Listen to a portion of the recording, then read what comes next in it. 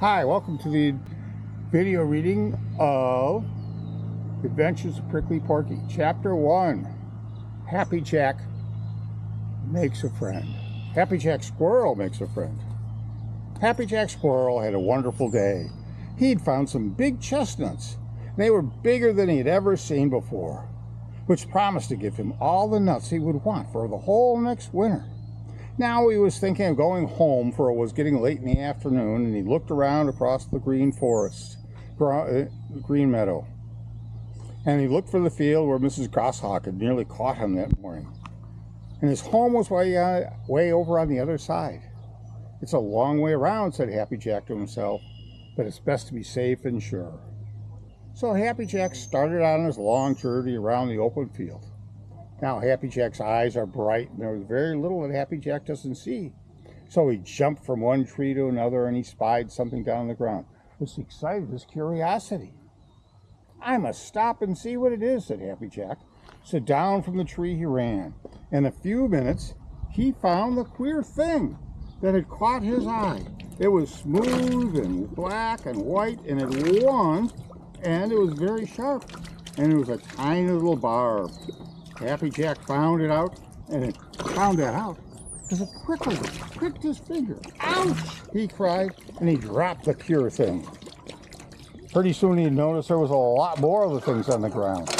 I wonder what they are, he said. They don't grow, for they don't have any roots. They don't have thorns, for there is no plant from where they could come. They're not alive, so what can they be? Now, Happy Jack's eyes are bright, but sometimes he doesn't use them to his best advantage. He was so busy examining the queer things on the ground that he never once thought to look up in the top of the trees. If he had, perhaps he wouldn't have been so puzzled. As it seems, he was just gathering up 3 or 4 of those queer things, and he started out again. On the way, he met Peter Rabbit, and he showed Peter what he had found. Now, you know, Peter Rabbit is very curious, and he couldn't just sit still. But he must scamper over to the place where Happy Jack had told him about. "You'd better be careful, Peter Rabbit. They're very sharp," shouted Happy Jack. But as usual, Peter was in too much of a hurry to heed what had been said. Lippity-lippity-lip, lippity-lippity-lip, went Peter. He went on over through the woods as fast as his long legs would take him. Then suddenly, he squealed and sat down to nurse one of his feet, for he was up in a flash again with another squeal louder than before. You see, Peter had found the queer things that Happy Jack had told him about, and one was sticking from his foot, and one was in the white patch of the seat of his trousers.